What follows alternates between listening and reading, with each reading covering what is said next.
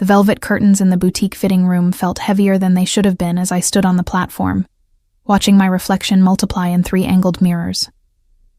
The wedding dress hugged my body like a second skin, ivory silk cascading to the floor in waves that caught the afternoon light. My mother sat behind me, dabbing at her eyes with a tissue, while the seamstress circled with her pincushion, making final adjustments. "You look absolutely stunning, Elena," my mother whispered, her voice thick with emotion. "Thomas is such a lucky man." I forced a smile, the same practiced expression I'd perfected over the past 2 years. Thomas, my fiancé. The man everyone said was perfect for me. Kind, stable, predictable. A junior partner at his father's law firm, with a 5-year plan that included 2 children, a house in the suburbs, and annual vacations to the same resort in Maine. The seamstress tugged at the bodice, and I inhaled sharply as the fabric tightened across my ribs. Through the boutique's large windows, I could see the Chicago streets bustling with late September activity. Leaves were beginning to turn golden, and the air carried that crisp promise of autumn that had always been my favorite season. "Just a bit tighter here," the seamstress murmured, her pins glinting as she worked. "We want it perfect for the big day." 4 months. I had 4 months until I walked down the aisle and became Mrs. Thomas Whitmore. 4 months until I sealed myself into the life I'd carefully constructed, the one that looked flawless from the outside, but felt increasingly like a beautifully decorated cage. My phone buzzed in my purse, and I glanced at my mother for permission before reaching for it. The message was from Thomas. "Meeting running late. Dinner at 8 instead of 7. Love you." I typed back a quick response, my fingers moving automatically across the screen. Everything with Thomas was automatic now. Comfortable. Safe. Exactly what I'd wanted when I'd said yes to his proposal at that charity gala 2 years ago, in front of 500 witnesses and a string quartet playing Vivaldi. "All done," the seamstress announced, stepping back to admire her work. "You can change now. We'll have this ready for your final fitting in 3 months." As I carefully removed the dress in the privacy of the fitting room, I caught sight of my own eyes in the mirror. They looked tired, almost resigned. I wondered when that had happened, when the spark had dimmed from something bright and dangerous to something merely pleasant. I knew exactly when. 5 years ago, the summer I turned 23, when I'd fled from Chicago to New York, running from a man whose presence had consumed me so completely that I'd been terrified of losing myself entirely. Dario. Even thinking his name made my pulse quicken, a Pavlovian response I'd never been able to shake despite years of trying. Dario Castellano, the man who'd shown me what it meant to feel truly alive, to burn so hot that self-preservation became a distant concern. The man whose world of shadows and power had ultimately sent me running, choosing safety over the kind of love that left marks. I dressed quickly in my usual work attire, a soft gray cashmere sweater and tailored black pants, slipping my feet into the ballet flats I'd kicked off earlier. My mother was settling the bill when my phone rang again. This time it was Rebecca, my business partner at the interior design firm we'd founded 3 years ago. "Elena, we have a situation," she said without preamble. "The Grayson project just fell through. They're going with another firm." I stepped outside onto the sidewalk, pressing the phone closer to my ear as a bus rumbled past. "What? Rebecca, we've been working on that proposal for months." I know. But there's something else. We have a new client inquiry. Huge project. Renovation of a private estate in Lake Forest. The pay would cover what we lost on Grayson and then some. Relief washed through me, followed quickly by professional curiosity. "That's wonderful. Who's the client?" There was a pause on the other end of the line, long enough that I felt a prickle of unease crawl up my spine. "Rebecca?" "The client is Castellano Industries," she said carefully. "The meeting is scheduled for tomorrow morning at 10. The sidewalk seemed to tilt beneath my feet.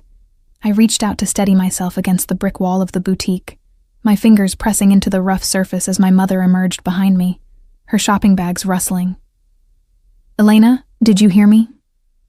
"Yes," I managed, my voice sounding distant even to my own ears.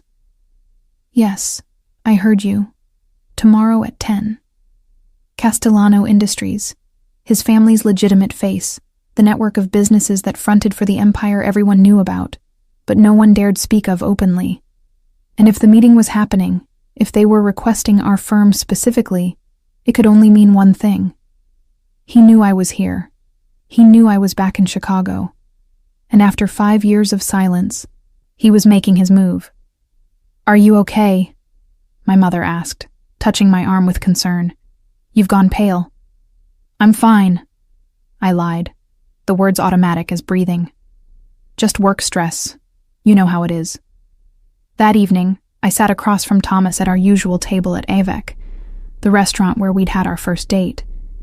He was talking about the wedding, about his latest case, about his mother's insistence on adding more people to the guest list. I nodded at appropriate intervals, smiled when expected, but my mind was elsewhere. 5 years ago, I'd been a different person. Fresh out of design school, hungry for experience, I'd accepted a summer internship in New York, working on a restoration project for a historic brownstone.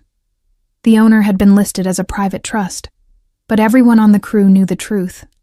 The building belonged to Dario Castellano, youngest son of the Castellano family, a man whose name carried weight in certain circles. I'd met him on my 3rd day there. He'd appeared in the afternoon heat, dressed in a white linen shirt with the sleeves rolled up, his dark hair slightly mussed from the wind. Our eyes had met across the gutted living room, and something had shifted in the air between us. Something electric and dangerous and utterly irresistible. What started as professional conversations about design choices and architectural details had evolved into late-night discussions over wine on the brownstone's roof, the city spreading out beneath us like a carpet of lights.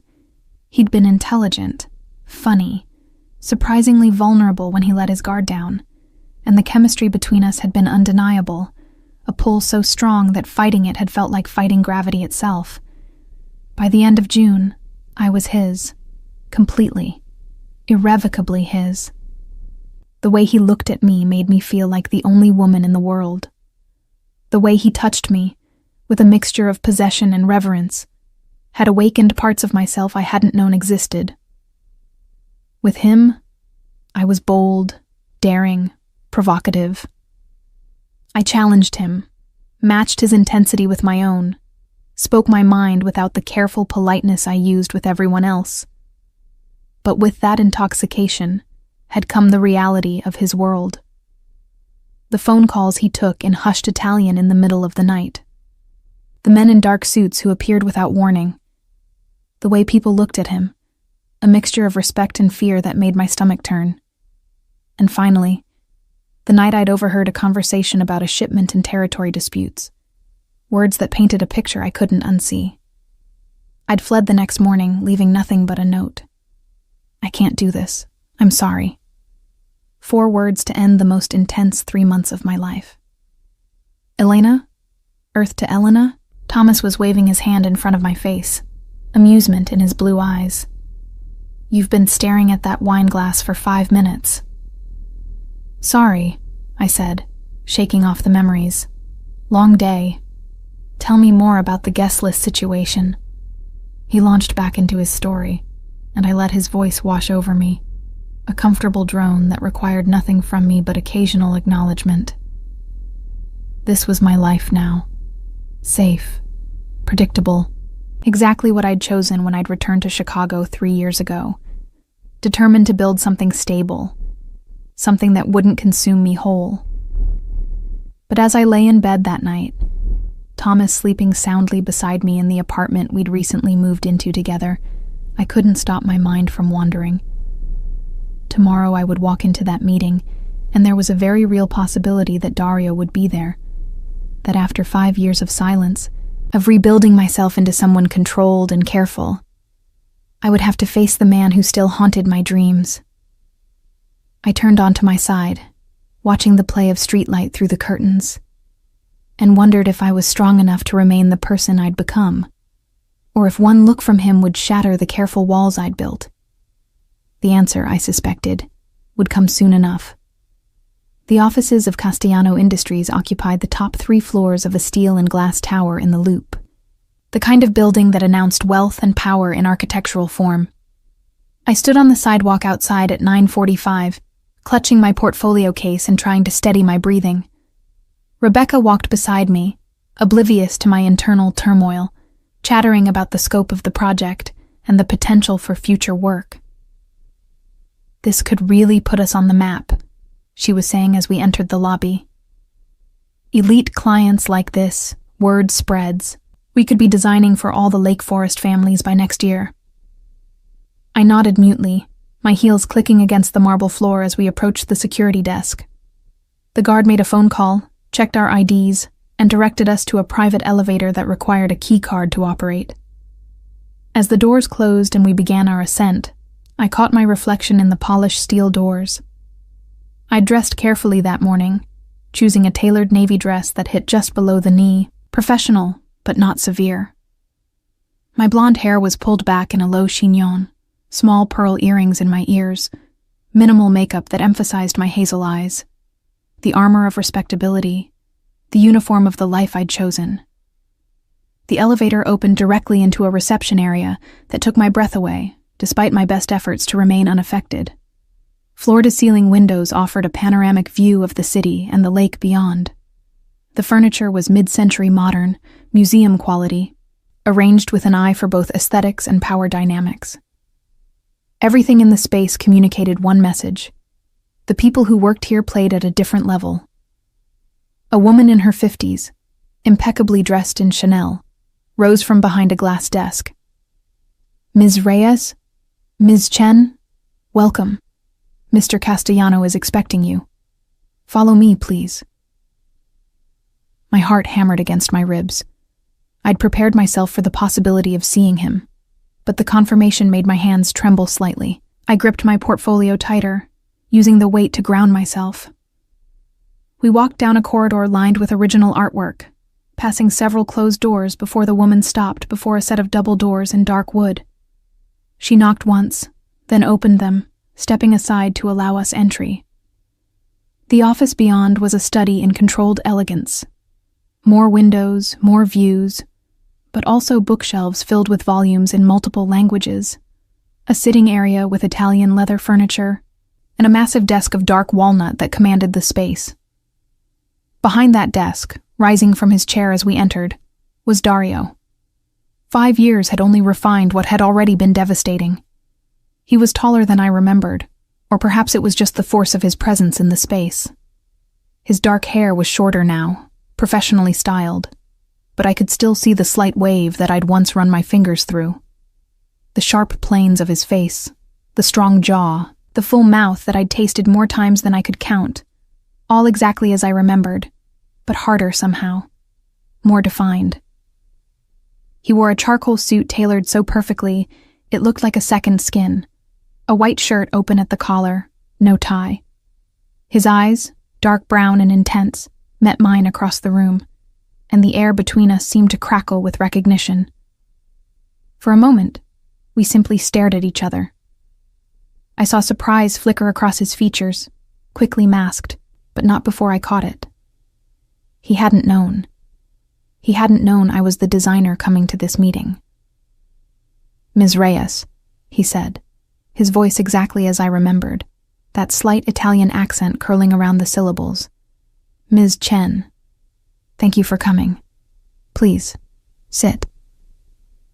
Rebecca moved forward immediately, extending her hand, launching into professional pleasantries.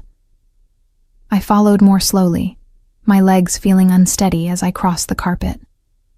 When I took his offered hand, the contact sent electricity shooting up my arm. His fingers closed around mine, warm and firm, and his thumb brushed almost imperceptibly across my knuckles before he released me. "Elena," he said quietly, "just for me. It's been a long time." "Mr. Castellano," I replied, my voice remarkably steady. "Yes, it has." Something flashed in his eyes at my formality. Amusement? Irritation? With Dario, it was always hard to tell what lay beneath the surface. We settled into the leather chairs arranged before his desk, Rebecca immediately pulling out her tablet to display our portfolio. But Dario's attention was fixed on me, his gaze traveling over my face, as if cataloging every change time had wrought. "I understand you're looking for an interior design firm for a property renovation," Rebecca began, swiping through images of our previous work. "We've done extensive work in historic preservation and luxury residential design. Our approach is to honor the original architecture while incorporating modern amenities and the client's personal aesthetic." "I'm familiar with your work," Dario said, though his eyes never left mine. "That's why I specifically requested this meeting." Rebecca preened at what she took as a compliment. I knew better. This meeting wasn't about interior design. It was about something else entirely. "The property in question is my family's estate in Lake Forest," he continued, finally turning his attention to Rebecca. "It was built in 1920, Italian villa style, overlooking the lake. My father recently passed, and the house has fallen into some disrepair. I want it restored, not just to its former glory, but elevated beyond it." "I'm very sorry for your loss," Rebecca said sincerely. "We'd be honored to take on a project of this significance. Could you tell us more about your vision?" For the next hour, Dario outlined the scope of the work. The house was massive, with 24 rooms, a library, a ballroom, formal gardens, and a pool house. Every detail needed attention, from the plasterwork to the custom furniture. The budget, he mentioned almost casually, was essentially unlimited. Rebecca was in heaven, making notes, asking questions about timeline and access. I sat silently, contributing only when directly addressed, hyper-aware of every glance Dario sent my way. This was a mistake, I thought. I should excuse myself, claim a conflict of interest, send Rebecca with another partner from the firm. But I didn't. I sat there, professional and composed, while inside I felt like I was 19 again, meeting him for the first time, feeling that dangerous pull. "I'd like to schedule a site visit," Rebecca said finally. "See the space in person, get a feel for the architecture and light quality. Would sometime this week be possible?" "Thursday afternoon," Dario said immediately. "I'll arrange for lunch to be served. You can take your time exploring the property." "Perfect," Rebecca beamed.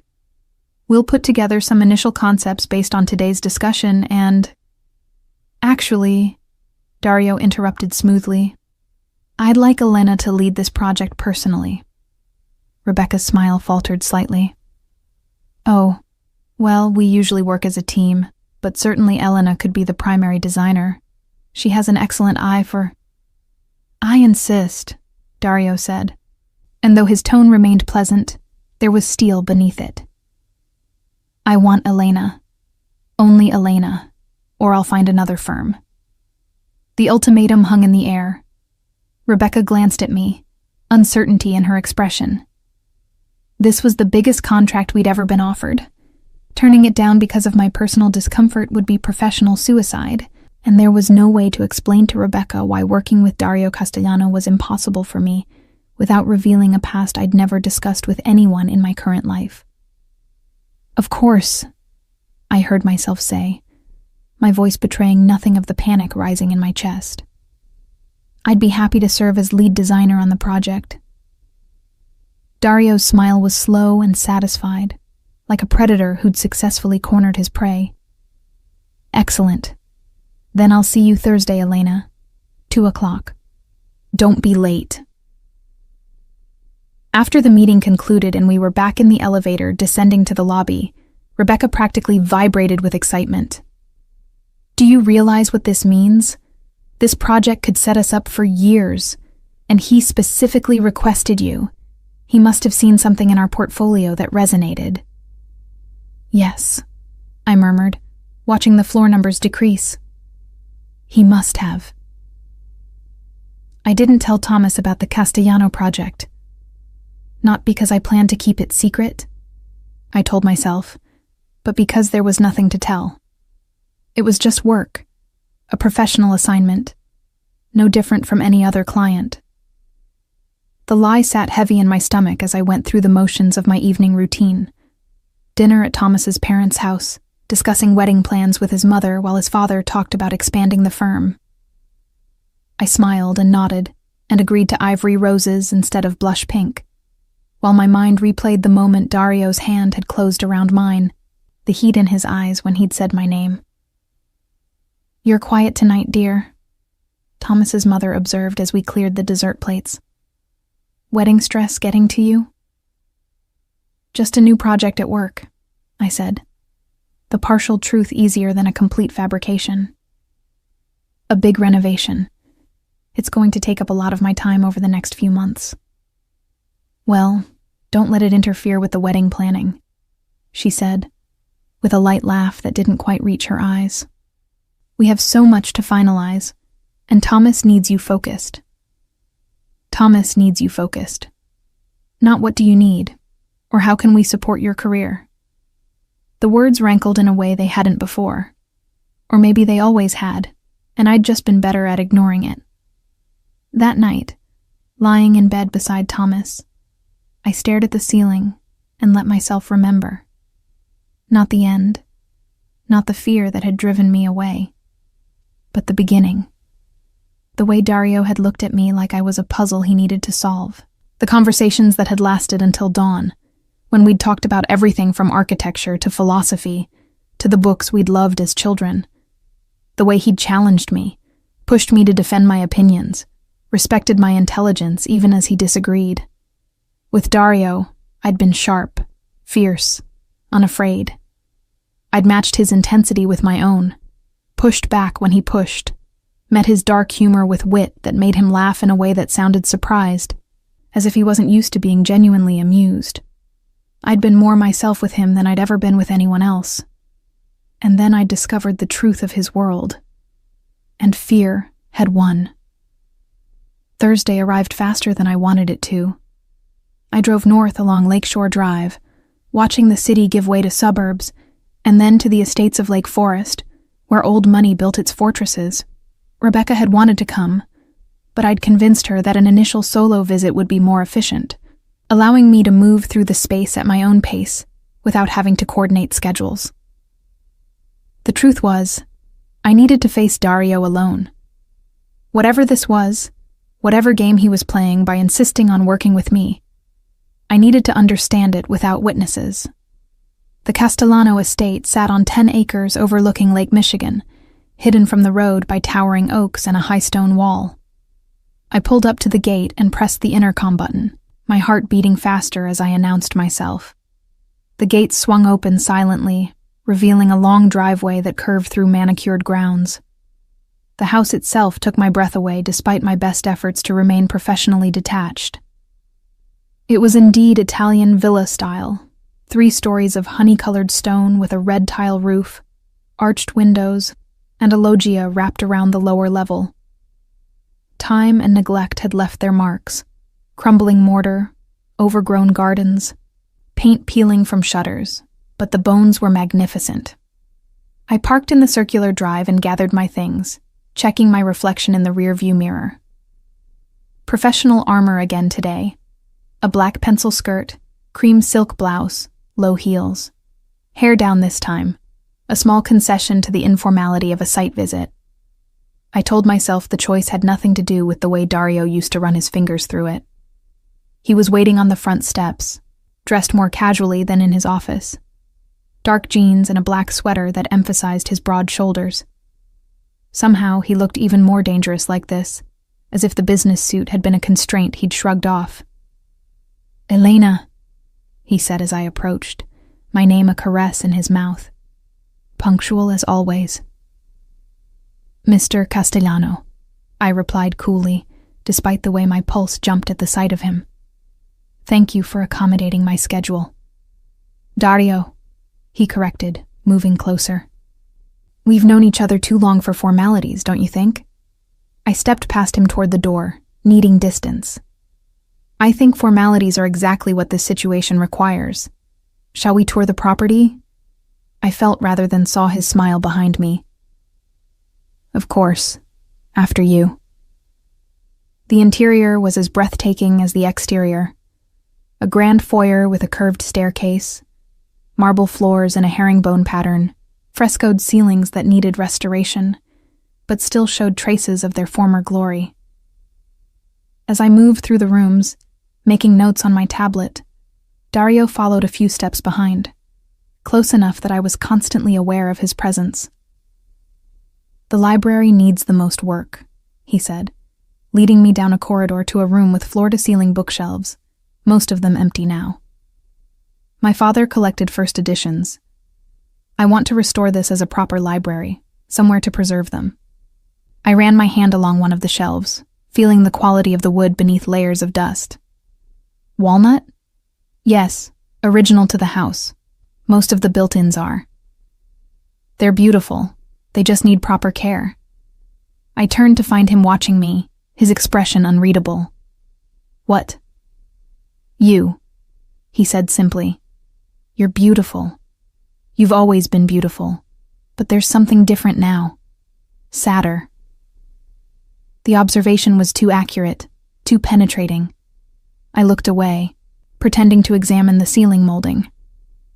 "We're here to discuss the house, not me." "Are we?" He moved closer, and I felt the heat of him behind me. Because from where I'm standing, the house is the least interesting thing in this room. "Dario, don't." "Don't what?" "Don't acknowledge that you walked out of my life 5 years ago without any real explanation?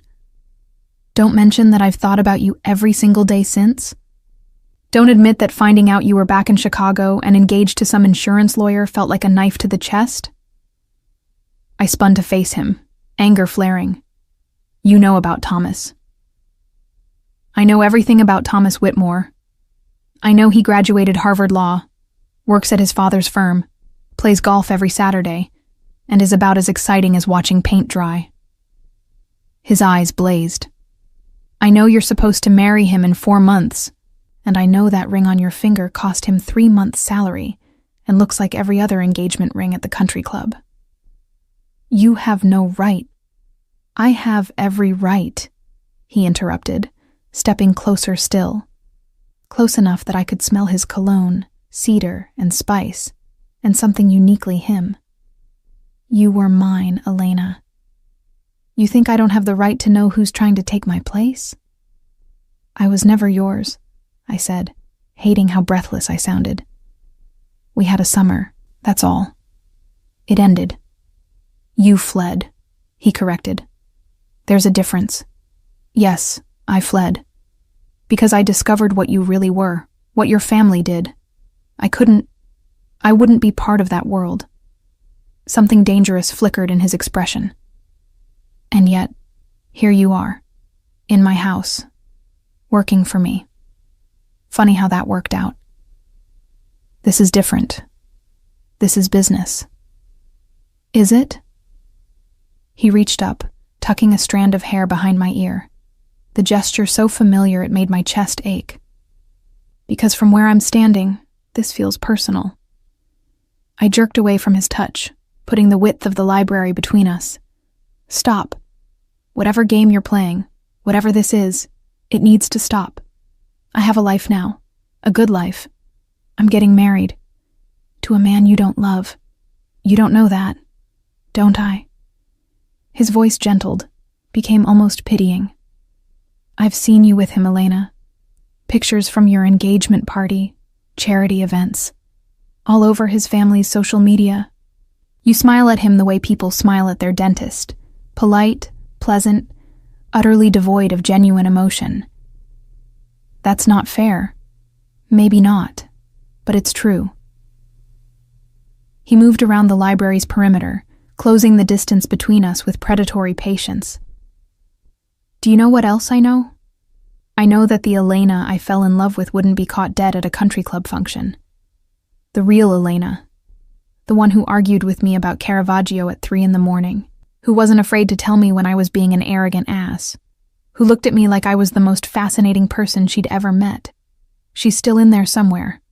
I can see her when you think I'm not looking. That Elena made a mistake, I said, my voice shaking. She got involved with someone dangerous, someone whose world she couldn't navigate. She learned better. Or she got scared and ran away and has been hiding ever since. The accusation stung because it was true. I had been hiding, building a life so safe and predictable that nothing could hurt me again. Thomas was that safety, solid and boring and completely non-threatening. Our life together would be comfortable, stable, utterly absent of the consuming passion that had nearly destroyed me. I'm not hiding, I said weakly. I'm being smart. You're dying, Dario countered, his voice harsh now. You're choosing a slow death over taking a risk at really living, and when you walk down that aisle in 4 months, you'll seal yourself into a tomb of your own making. Better a tomb than a crime scene, I shot back. Your world is violent, Dario. People die. I heard things that summer, saw things that had nothing to do with you. Things I kept you carefully separate from. But they existed. They were real. And they always would be, hanging over us like a sword. I couldn't live like that. I won't. He stared at me for a long moment, his jaw tight. Then unexpectedly, he nodded. You're right. My world is violent. It's complicated and messy and sometimes terrible. But it's also real, Elena. More real than whatever sanitized fantasy you're building with Thomas. At least with Thomas, I know I'll be safe. Safe, he repeated, the word bitter in his mouth. Is that really what you want? To be safe and bored and half alive? I didn't answer, couldn't answer, because we both knew the truth. This argument, this entire situation, was happening because some part of me, the part I'd buried deepest, was still drawn to him like a moth to flame, unable to resist even knowing I'd get burned. We stood in the dusty library, the afternoon light slanting through the dirty windows, and I felt the foundation of my carefully constructed life beginning to crack. 4 months. I had 4 months until I married Thomas, until I made the safe choice permanent. 4 months of working with Dario, of being in close proximity to the one man who'd ever made me feel truly alive. 4 months to prove I was strong enough to resist him. Looking at him now, seeing the determination in his eyes, I wasn't sure I was. The site visit lasted another 2 hours, but the tension from our confrontation in the library colored every interaction. Dario was the perfect professional, pointing out architectural details, discussing his vision for each space, but underneath the civility was a current of something darker, more charged. We finished in the primary bedroom, a massive space with French doors leading to a balcony overlooking the lake.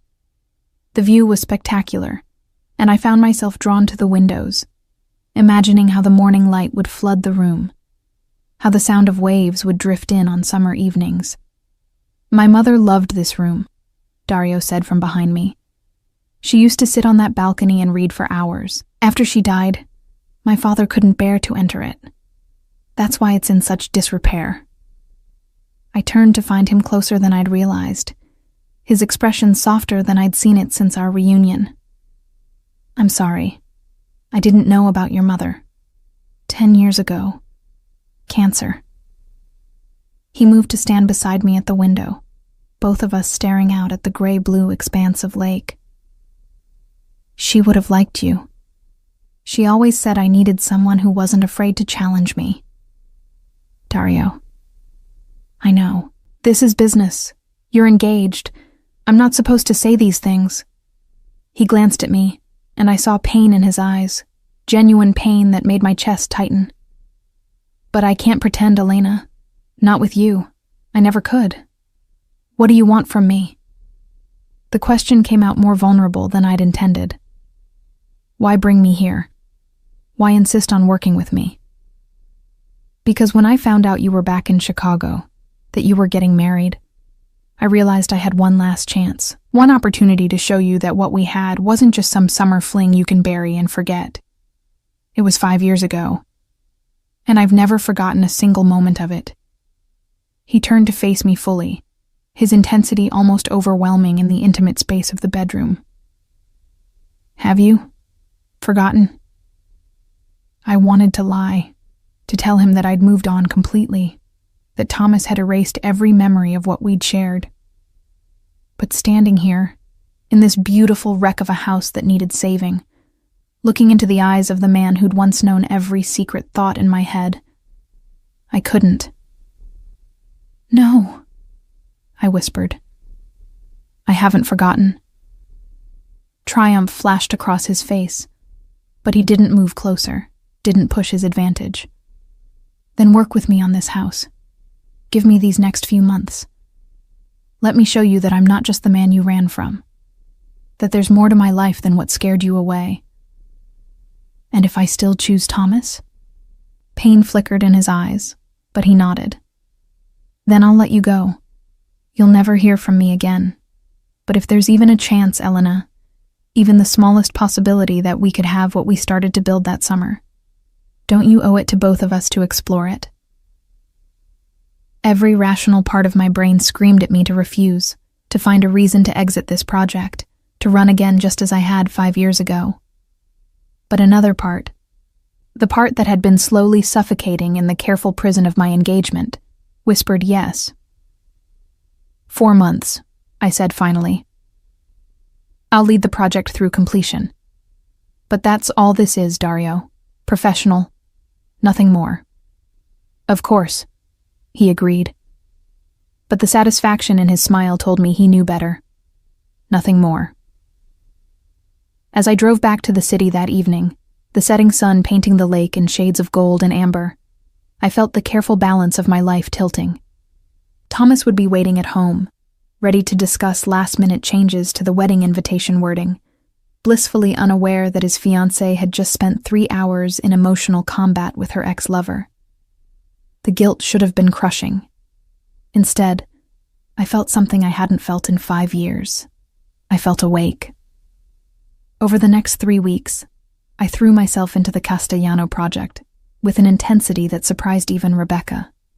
I created mood boards, sourced materials, spent hours researching period-appropriate fixtures and furniture. On the surface, it was professional diligence. In reality, it was self-preservation. If I stayed busy enough, I could avoid thinking about what I was really doing, about the line I was dancing along. The trouble was, the project required constant consultation with Dario, site visits, material approval meetings, discussions about finishes and furniture placement.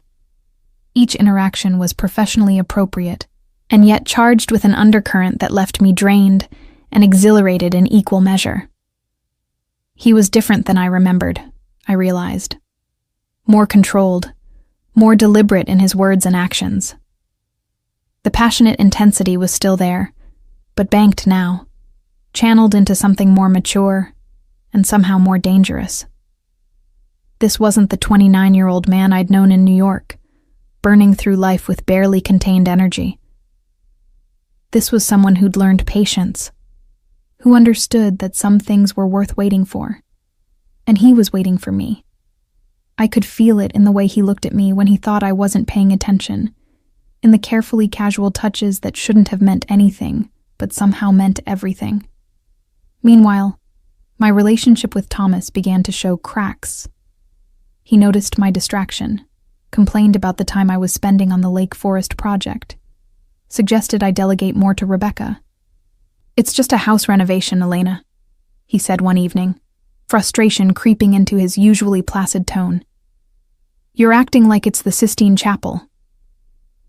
"It's the biggest project our firm has ever handled," I countered, not mentioning that Dario had recommended us to 2 other wealthy families, bringing in business that would secure our company for years. "It matters." "More than us? More than the wedding? Don't be dramatic, Thomas. I'm not being dramatic, he insisted, his voice rising slightly, a rare occurrence for him. You're different, Elena. Ever since you started working with these Castellano people. You're distant, distracted. You barely touch me anymore. The accusation stung because it was true. I'd been avoiding intimacy with Thomas, making excuses about stress and wedding planning, unable to reconcile sleeping with him while my thoughts were consumed by Dario. I'm sorry, I said. And I meant it. Thomas didn't deserve to be collateral damage in whatever game Dario and I were playing. You're right. I've been letting work consume me. I'll do better. He pulled me into his arms, and I let him, trying to find comfort in the familiar embrace. But even as Thomas held me, I couldn't help comparing. His touch was gentle, respectful, completely without the electricity that sparked whenever Dario's hand brushed mine. The breaking point came in late October, at a benefit gala for Thomas's law firm. I dressed carefully in a pale gold gown, elegant and appropriate for a soon-to-be law firm wife. Thomas was proud, I could tell, introducing me to partners and clients, his hand possessive at my waist. And then Dario walked in. He cut through the crowd like a knife, devastating in a tuxedo that made every other man in the room look diminished. He wasn't alone. On his arm was a stunning brunette in crimson, someone I vaguely recognized from society pages. I felt a stab of something that I absolutely refused to identify as jealousy. Our eyes met across the ballroom, and I saw surprise in his expression. He hadn't known I would be here. This wasn't a planned encounter, wasn't part of whatever strategy he'd been employing. For the first time in weeks, we were meeting on neutral ground. Thomas, oblivious to the sudden tension, smiled and waved. Isn't that Castellano? The client you've been working with? We should say hello. Before I could invent a reason not to, he was steering me across the room, right toward the man who'd been consuming my thoughts. Dario's date said something to him, and he nodded absently, his attention fixed on me.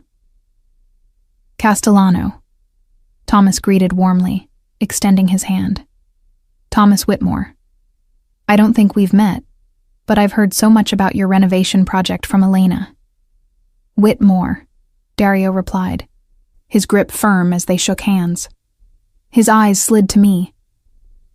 Your fiancé is extraordinarily talented. You're a lucky man. Don't I know it? Thomas beamed, completely missing the undercurrent in Dario's tone. Elena's been practically living at your estate. I'm beginning to think she prefers it to our apartment. It's a beautiful property, Dario said smoothly. Requires considerable attention to detail. Elena has been invaluable in restoring it to what it should be. The conversation continued, superficially pleasant, while I stood frozen between them, hyper-aware of every glance Dario sent my way, every deliberate word choice that carried double meaning only I would catch.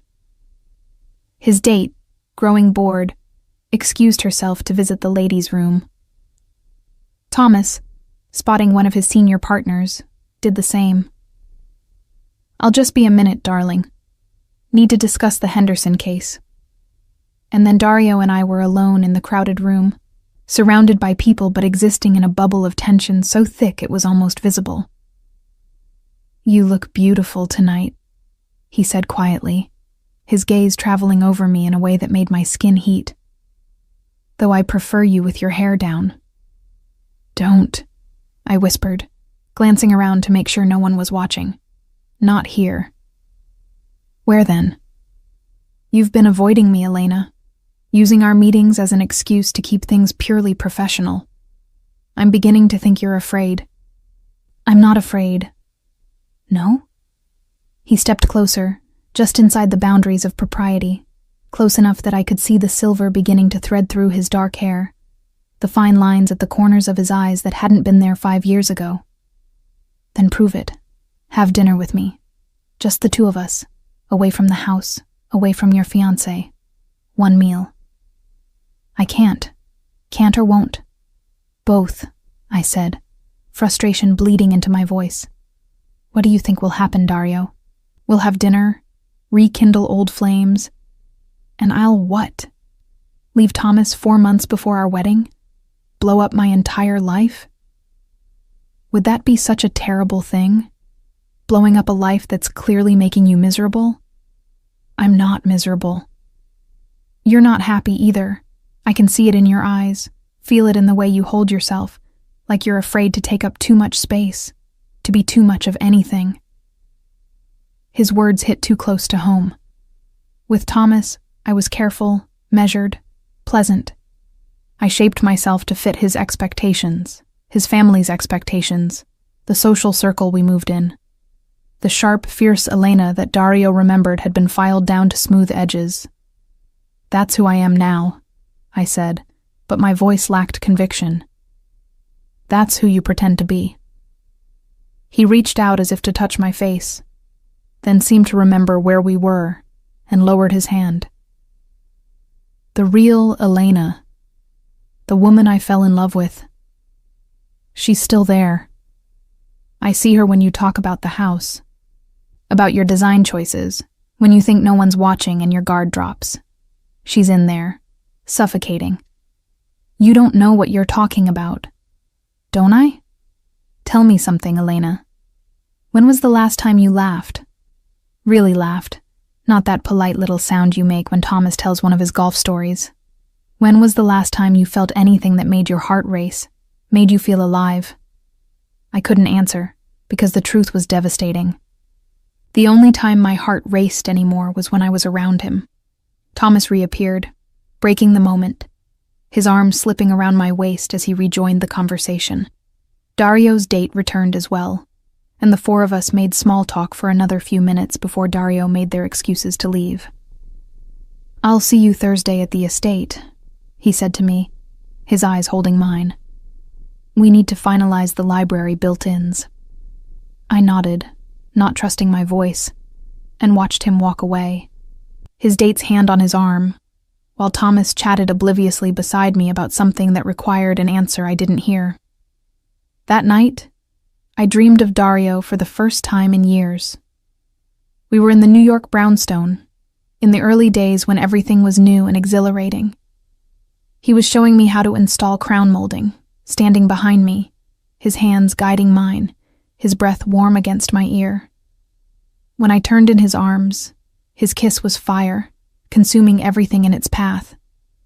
I woke gasping, Thomas's arm heavy across my waist, the digital clock reading 3:47 a.m.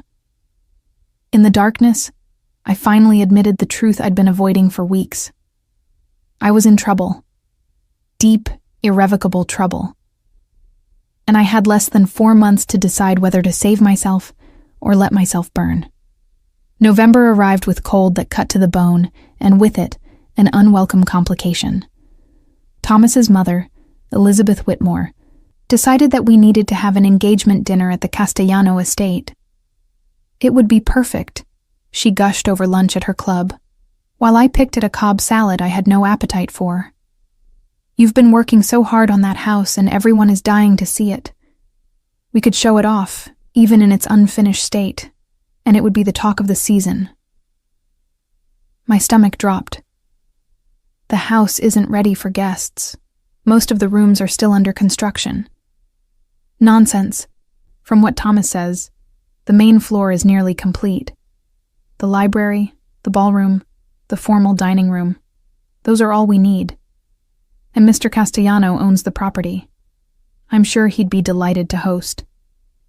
The word delighted was the last thing I'd use to describe how Dario would feel about this proposal.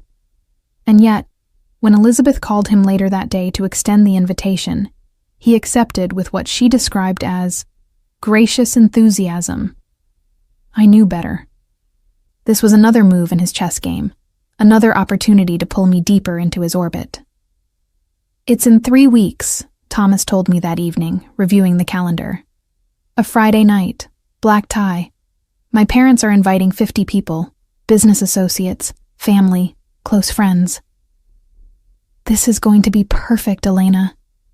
Everyone in one place, the house you're working on as the backdrop.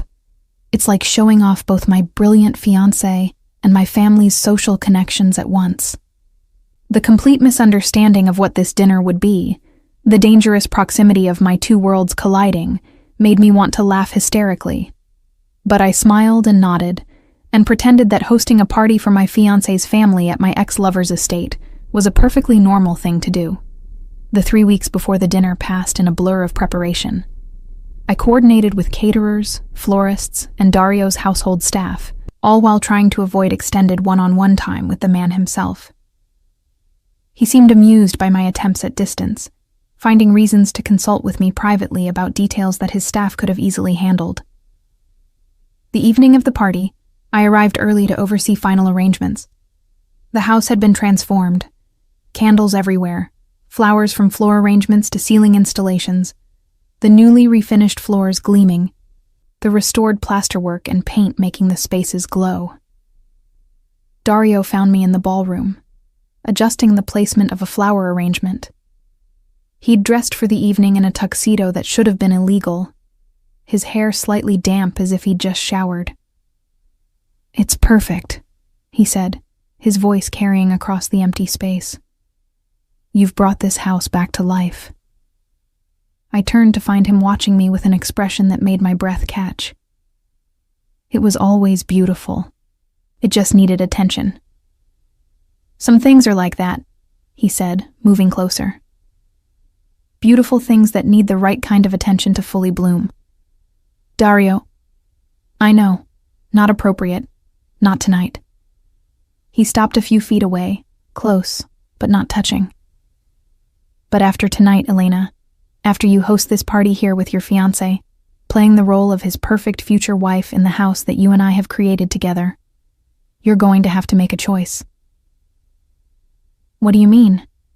"I mean that watching you tonight, pretending with him, smiling at his family while your eyes say something completely different, it's going to break something in me. So after tonight, I'm going to ask you one question, and your answer will determine everything." Before I could respond, voices echoed from the foyer. The first guests were arriving. The dinner was exquisite torture. I moved through the rooms, playing hostess alongside Thomas, accepting compliments on the renovation while hyper-aware of Dario's presence. He was the perfect host, charming and gracious, giving no indication of the tension between us. To everyone else, we were simply designer and client, professional associates at a social gathering. But I felt his eyes on me all night. When I laughed at something one of Thomas's colleagues said, when Thomas's arm went around my waist, when Elizabeth Whitmore showed everyone my engagement ring, cooing about the wedding plans. During dinner, I was seated between Thomas and his father, directly across from Dario. The conversation flowed around me. Business, politics, society gossip, while I picked at my food and tried not to meet Dario's gaze. "Elena designed this room specifically for entertaining," Thomas was saying proudly to the table. "She has such an eye for these things. The chandelier alone took her 3 weeks to source." "She's certainly talented," Dario agreed, his voice neutral. "Tell me, Thomas, does Elena always work this obsessively? She practically lived here for the past 2 months." "Oh, yes," Thomas laughed, oblivious to the edge in the question. "I barely saw her some weeks. But that's the price of excellence, right? And the result speaks for itself." "Indeed it does," Dario murmured, his eyes finally meeting mine across the table. "The result speaks volumes." After dinner, guests dispersed to explore the house, admire the restoration, network over cocktails in the library. I excused myself to the powder room, needing a moment away from the performative nature of the evening. I was touching up my lipstick when Dario's reflection appeared behind mine in the mirror. "You shouldn't be in here," I said, not turning around. "No one saw me follow you." He leaned against the closed door, blocking my exit. "Have you been happy tonight? Playing the perfect fiancé, accepting congratulations on a wedding that looks more like a business merger than a celebration of love. Stop it. Why? Why do you keep pretending, Elena? Everyone in that dining room could see it. The way you flinched when Thomas touched you. The way your smile never reached your eyes. The way you looked anywhere but at me because you knew if our eyes met, everyone would know. Know what? I turned to face him, anger and frustration boiling over, that I made a mistake 5 years ago, that I ran away from something real because I was scared, that I've spent these years building a safe, acceptable life only to have you waltz back in and tear it all down. Yes, he said simply. All of that. And that you're about to make an even bigger mistake by marrying a man you don't love because he represents safety. Maybe safety is enough. It's not. Not for you. Not for someone who used to look at me like I hung the moon, who challenged me and excited me and made me feel truly seen for the first time in my life. His voice dropped, became almost gentle. You're burying yourself alive, Elena, and I can't stand by and watch it happen. Then look away, I whispered, tears pricking my eyes. Walk away, Dario. Let me make my own choices, even if you think they're mistakes. I can't. He moved closer, and I backed against the vanity, trapped between marble and memory. I tried. For 5 years, I tried to forget you, to move on, to tell myself that if you wanted to leave, I should let you go. But then I saw you again, and everything came rushing back. Every conversation, every laugh, every moment of perfect understanding. You're it for me, Elena. You always have been. This isn't fair. No, he agreed. It's not. But neither is watching you sacrifice yourself on the altar of respectability. So, I'm asking you now, before you walk back out there to your fiancé, before this charade continues any longer, do you love him? Thomas, do you love him the way you loved me? The question hung between us, inescapable. I opened my mouth to say yes, to lie, to protect the life I'd built. But standing here, in this beautiful house we'd restored together, looking into the eyes of the only man who'd ever truly known me, the lie wouldn't come. No, I whispered. No, I don't. Triumph and pain warred in his expression. He raised his hand, his fingers grazing my cheek in the gentlest touch. Then don't marry him. Don't go through with it. We'll figure out the rest. My world, your fears, all of it. But don't throw away what we could have because you're afraid. I have to go, I said, ducking under his arm and yanking open the door. People will notice I'm gone. I fled back to the party, back to Thomas's side, but everything had shifted. I made it through the rest of the evening on autopilot, smiling and thanking guests for coming while inside I crumbled. When we finally left, Thomas tipsy and happy, talking about what a success the evening had been, I looked back at the house. Dario stood in the doorway, watching us drive away, his expression unreadable in the distance. 3 months. I had 3 months until the wedding, and I had no idea what I was going to do. The week after the dinner party, I avoided Dario's calls. 7 in 3 days, each one ignored, each voicemail deleted without listening. I threw myself into wedding planning with Elizabeth Whitmore, selecting table linens and tasting cakes and pretending that everything was fine, that my carefully constructed life wasn't falling apart at the seams. Thomas noticed my distraction, but attributed it to wedding stress. "You're working too hard, darling," he said one evening, rubbing my shoulders while I stared at fabric swatches without really seeing them. "Maybe you should take a break from the Castellano project. You've done the heavy lifting. Let Rebecca handle the final details." The suggestion should have been welcome, an escape from the constant proximity to Dario that was slowly destroying my resolve. Instead, I felt panic at the thought of stepping away, of not seeing him, of cutting that last thread that connected us. "I can't," I said. "We're too close to completion. It would be unprofessional." Thomas sighed but didn't argue. He never argued, I realized. He accepted, accommodated, yielded. It was one of the things that had initially attracted me to him. His easygoing nature, his lack of demands. Now it felt like indifference, as if he didn't care enough about me to fight for my attention. The 4th day after the party, Dario stopped calling. Instead, a courier arrived at my office with a package. Inside was a leather-bound book, old and clearly valuable, with a note in his distinctive handwriting. "Elena, I found this in my father's library. First edition Dante, Inferno, page 47. D." My hands trembled as I opened to the marked page.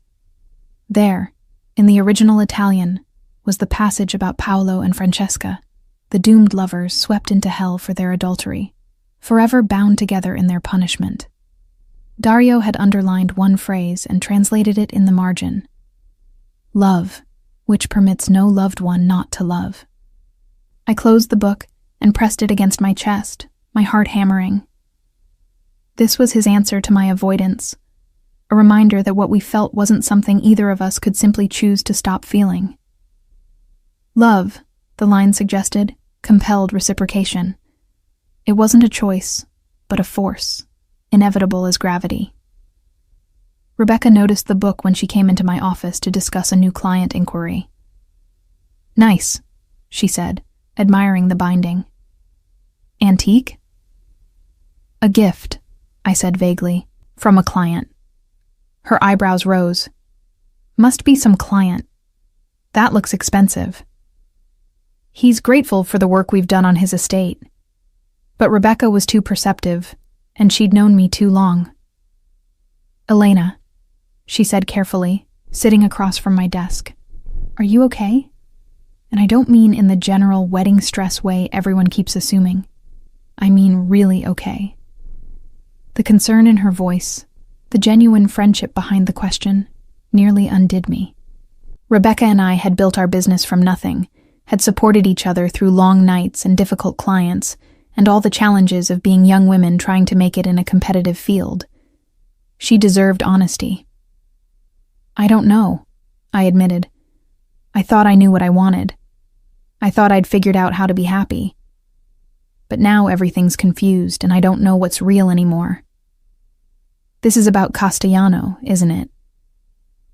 At my startled expression, she gave me a sad smile. "I'm not blind, Elena. I've seen the way you two look at each other when you think no one's watching. The way you light up when he calls, then immediately shut it down. The way you've been different these past 2 months. More alive somehow, but also more conflicted. I'm not judging," she interrupted gently. "But you're getting married in 3 months. Whatever this is, you need to figure it out before you walk down that aisle. It's not fair to Thomas, and it's not fair to you." She left me alone with that observation and the book of Dante, and I knew she was right. I couldn't keep existing in this limbo, caught between the life I'd chosen and the life I'd fled from. I needed to make a decision. That evening, I finally listened to Dario's voicemails. Each one was brief, his voice controlled but carrying an edge of desperation that grew with each message. "Elena, we need to talk. Call me.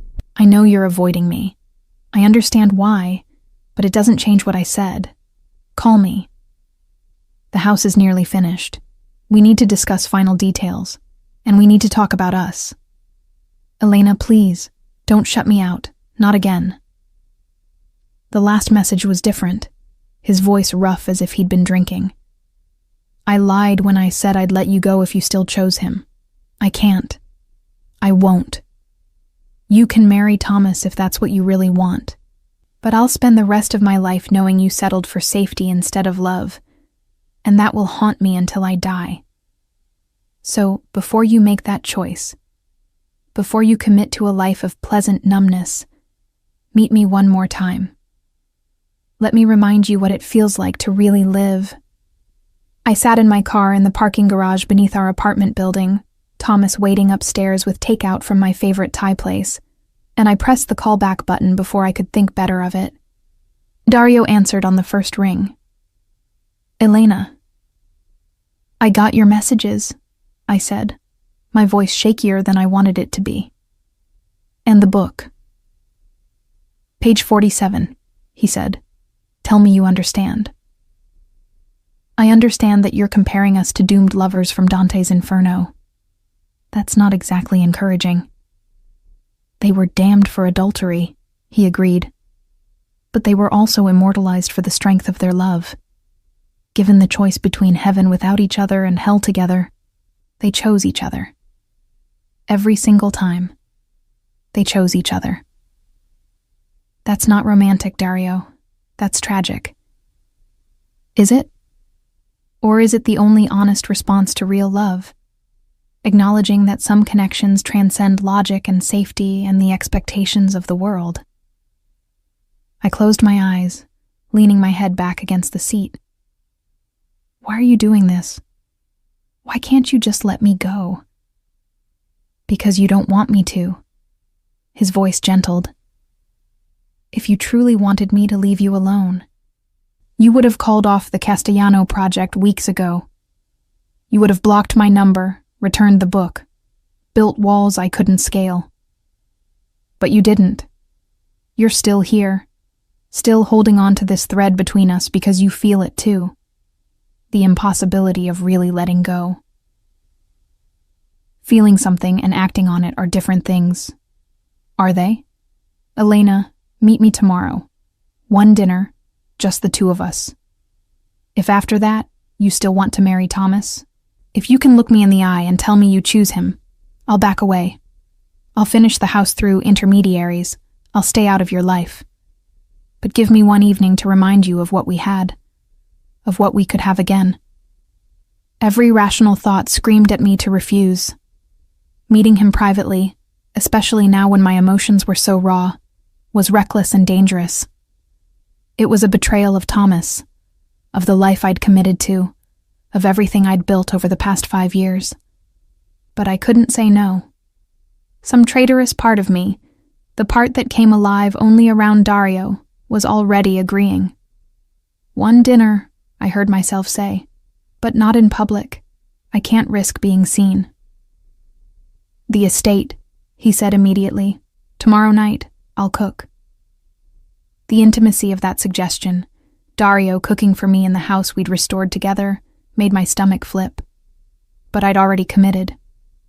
7 o'clock, I agreed. And Dario? This doesn't mean anything. It's just closure. Of course, he said, but I could hear the smile in his voice.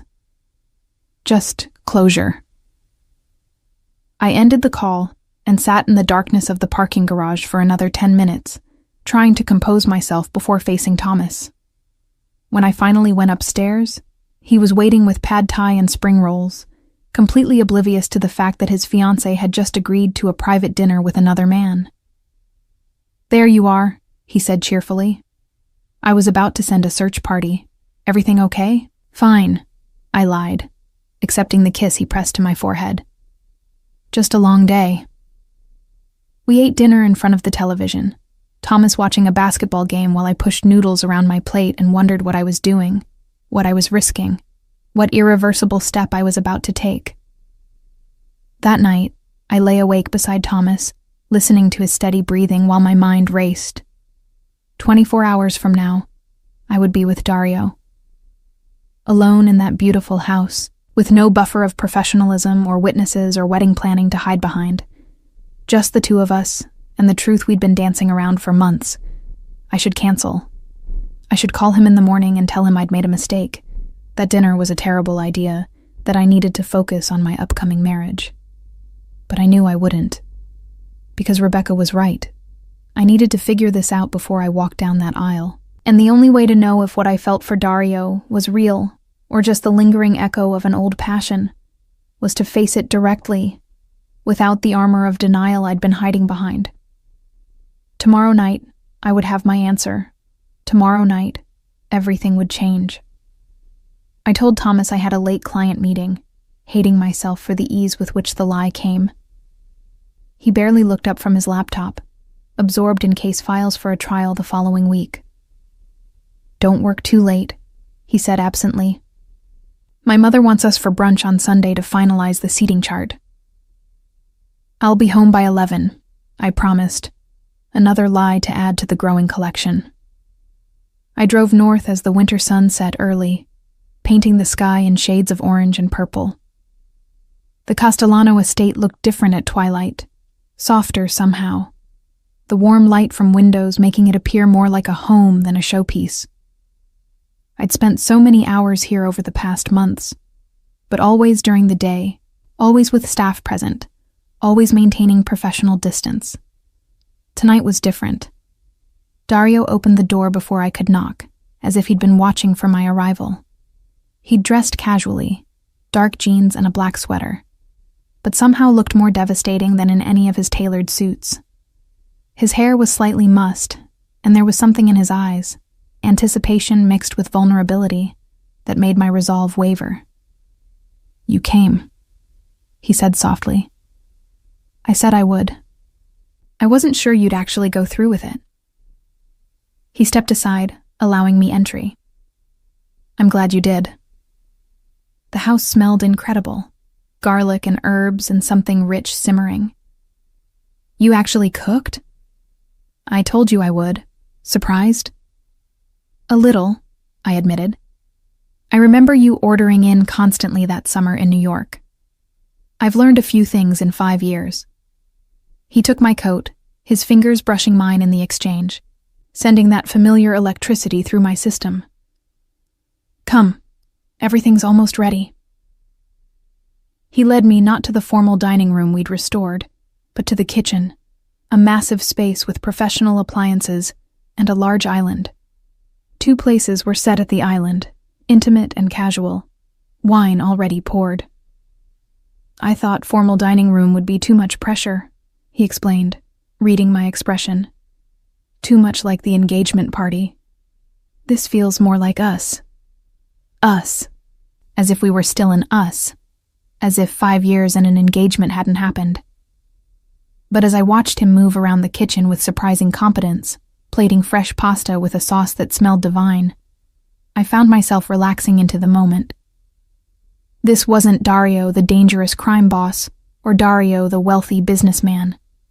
This was the man I'd fallen in love with that summer. Intelligent, funny, surprisingly domestic when he wanted to be. "Cacio e pepe," he announced, setting a plate before me. "My grandmother's recipe. She taught me when I was 8 years old." I took a bite and couldn't suppress a small moan of pleasure. This is incredible. Food made with the right motivation usually is. He settled onto the stool beside me, closer than strictly necessary. I wanted tonight to be perfect. We ate in comfortable silence for a few minutes, the ease between us both comforting and dangerous.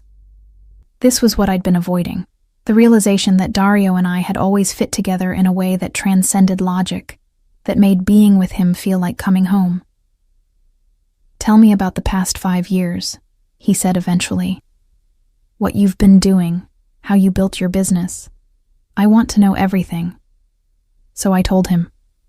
About meeting Rebecca in a continuing education class, about the risk of starting our own firm, about the long hours and difficult clients and small victories that had eventually built into something sustainable.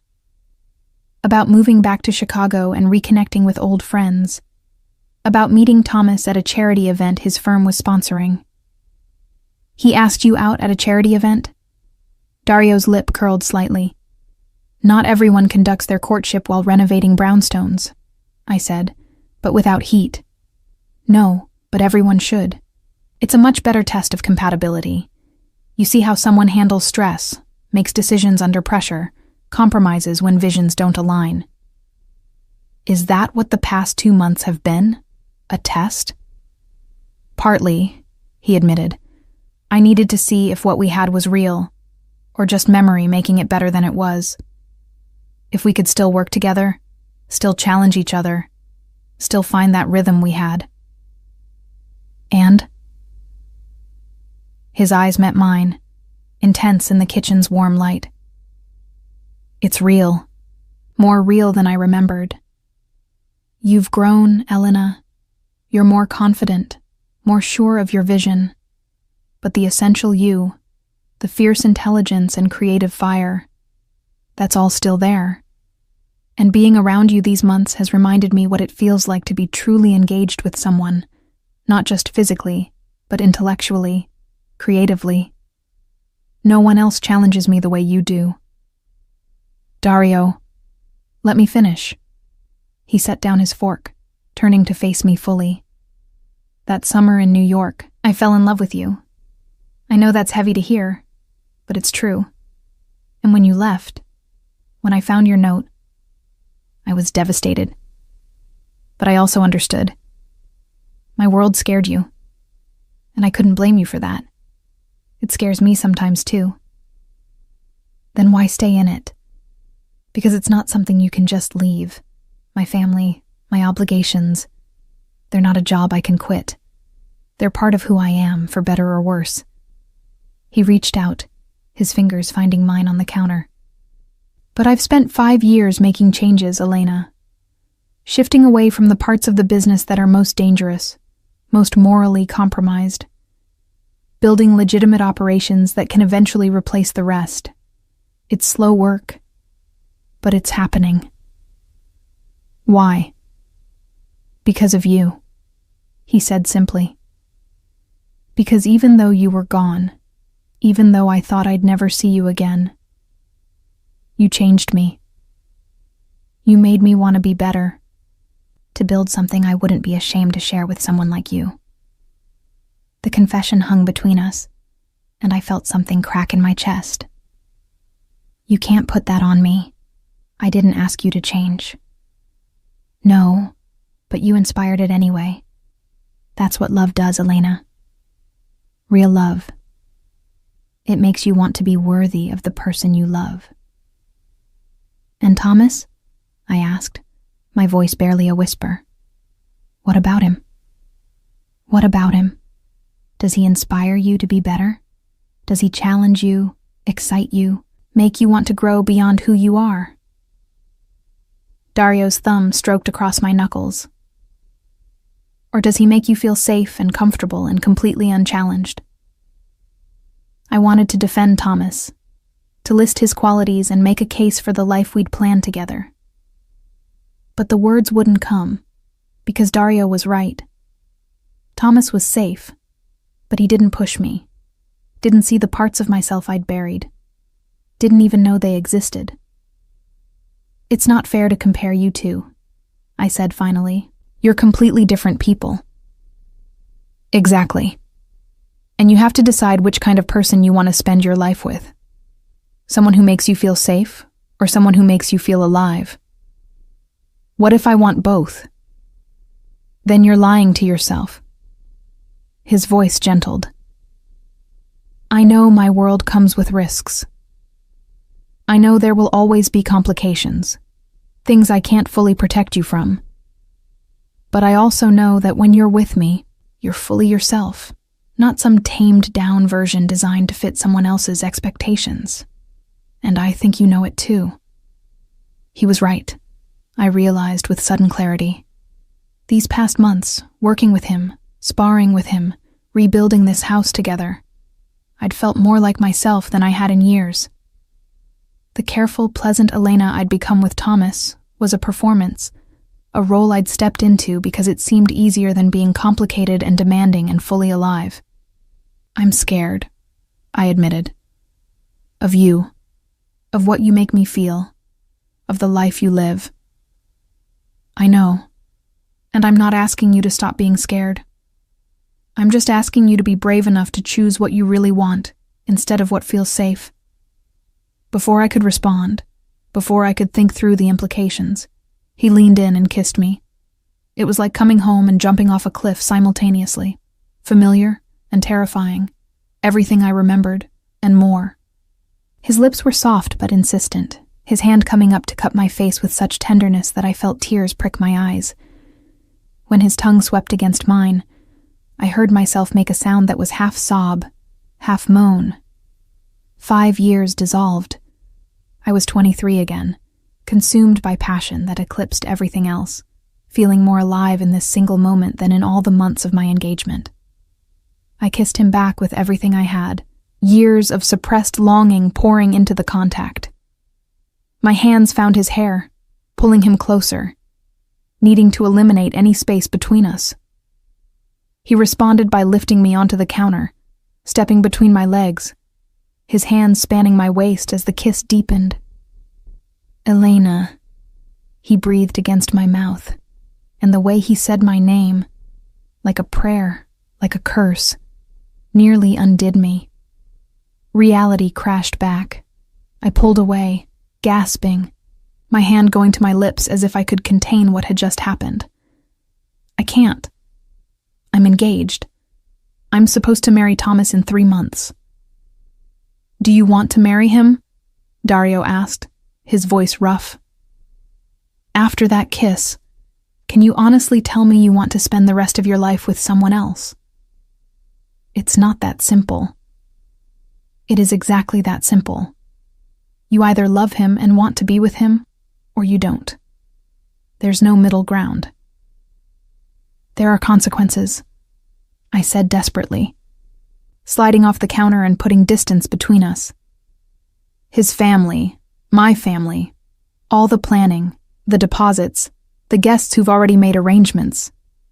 Are you seriously telling me you're going to marry a man you don't love because it's too inconvenient to call off the wedding?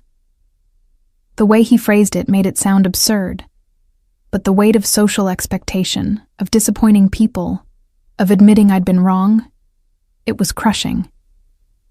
"You don't understand. My parents barely speak to me as it is. Thomas's family has been so welcoming, so kind. Breaking this engagement would hurt so many people. And marrying him would hurt you," Dario interrupted. "Every single day of your life you'd be hurting yourself, suffocating the parts of yourself that don't fit his neat little picture of what a wife should be. Is that really better?" I couldn't answer because I didn't have an answer. Everything he was saying was true, but the practical realities of my life, the commitments I'd made, couldn't just be erased by a kiss, no matter how earth-shattering. "I need to go," I said, grabbing my coat from where he'd hung it. "This was a mistake. I never should have come. Elena, wait." But I was already moving toward the door, fleeing just as I had 5 years ago, running from feelings too big to contain, too dangerous to acknowledge. He caught me in the foyer, his hand on my arm spinning me around. "Don't do this again. Don't run away because you're scared." "I'm not running away. I'm being realistic. We can't just pick up where we left off, Dario. Too much has changed. Nothing important has changed," he insisted. "You still feel what I feel. That kiss proved it. A kiss doesn't erase reality. I have a life, commitments, a wedding planned. Then cancel it." His voice was urgent now, almost desperate. "Come with me instead. Stay tonight. Let me show you what we could have together." The temptation was overwhelming. To say yes, to let myself fall back into his orbit completely, to stop fighting the pull between us. But that way lay madness, the kind of consuming passion that had terrified me 5 years ago, that would eclipse everything else until I couldn't see straight. "No," I said, though it cost me everything. "I can't. I won't." I pulled free and ran to my car, my hands shaking so badly I could barely get the key in the ignition. In the rearview mirror, I saw Dario standing in the doorway, silhouetted against the light, watching me leave him again. The drive back to the city was a blur of tears and recrimination. What had I done? I'd kissed another man while wearing Thomas's ring, had let Dario say things that made everything clear, had admitted to myself that I didn't love my fiancé the way I should. When I got home, Thomas was asleep. I slipped into bed beside him, careful not to wake him, and stared at the ceiling until dawn, my lips still tingling from Dario's kiss, my heart shattered into pieces I didn't know how to reassemble. The final 11 weeks before the wedding passed in a kind of fugue state. I threw myself into the last details with manic intensity, finalizing the menu, confirming the band, obsessing over centerpieces and favor bags, and every other minutia that went into planning a society wedding. If I stayed busy enough, I could almost avoid thinking about that night at the estate, about the kiss that had confirmed what I'd been trying to deny. I didn't return to the Castellano house. I assigned all remaining tasks to Rebecca and other team members, communicating with Dario's staff only through email. Dario himself didn't contact me. No calls, no messages, nothing. His silence was somehow worse than persistence would have been. It felt like acceptance, like he'd finally given up. The wedding dress hung in my closet like an accusation. I'd lost weight. Stress, I told my mother when she worried, though the truth was that food had lost all appeal. Thomas noticed my distraction, but attributed it to pre-wedding jitters, which I suppose it was, in a way. 2 weeks before the wedding, the Castellano project officially wrapped. Rebecca presented me with the final invoice and the client satisfaction survey, which Dario had filled out with impeccable professionalism.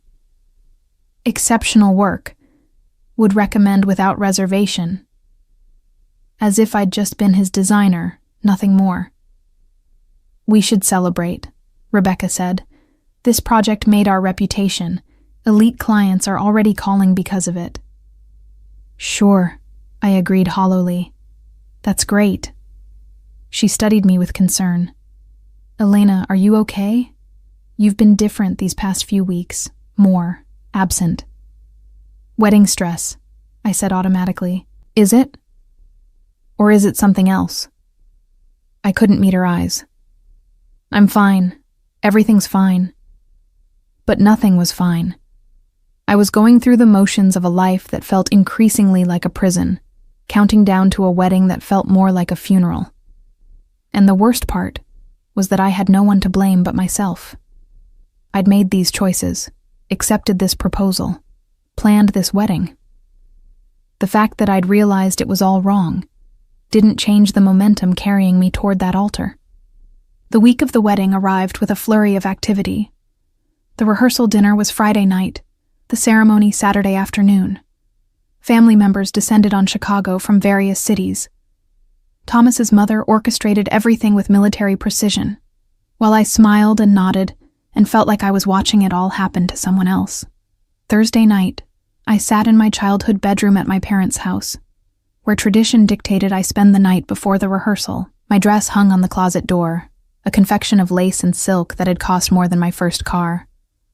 On the dresser sat my veil, my shoes, the something old and something borrowed items my mother had carefully selected. My phone buzzed with a text from an unknown number. My hands shook as I opened it. I tried to respect your choice, tried to let you go, but I can't watch you do this to yourself. If you marry him tomorrow, I'll accept it and never contact you again. But if you're having even the smallest doubt, if any part of you knows this is wrong, don't walk down that aisle. Don't condemn us both to a lifetime of what if. D. I stared at the message until the screen went dark, then reread it a dozen times. He was right. Of course he was right. I was making a terrible mistake, one I would regret for the rest of my life.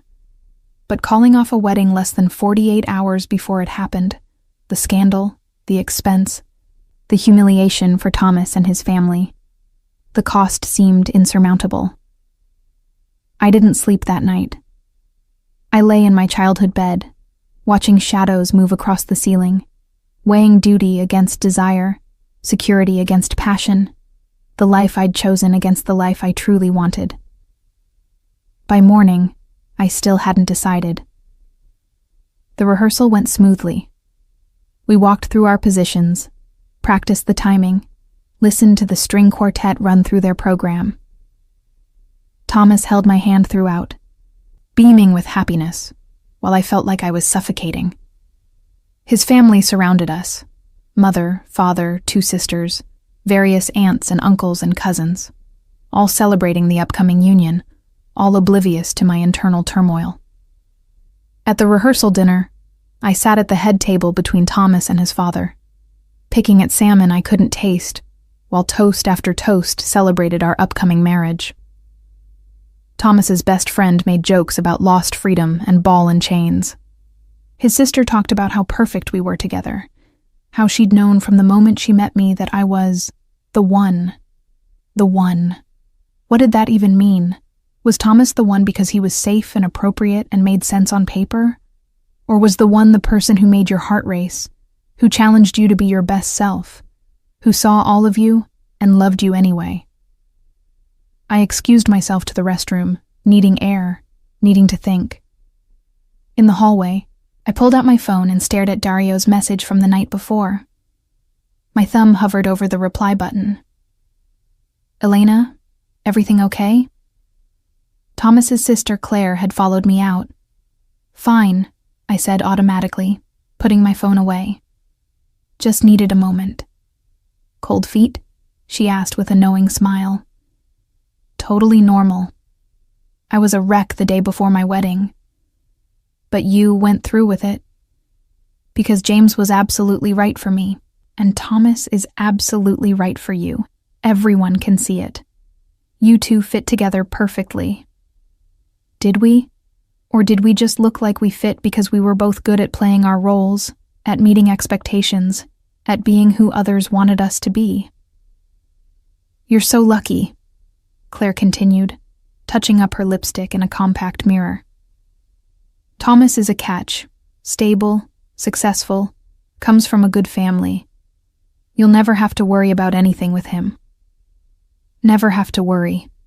Never feel uncertain or challenged or scared. Never be fully alive." "I should get back," I said, my voice sounding distant. The rest of the dinner passed in a haze. I laughed at appropriate moments, thanked people for their well wishes, accepted kisses on my cheek from relatives I barely knew. Thomas was radiant beside me, talking about our honeymoon plans to Tuscany, about the house we'd start looking for after we returned, about the children we'd have in a few years. It all sounded so perfect, so planned, so utterly lifeless. That night, alone again in my childhood bedroom, I finally let myself cry.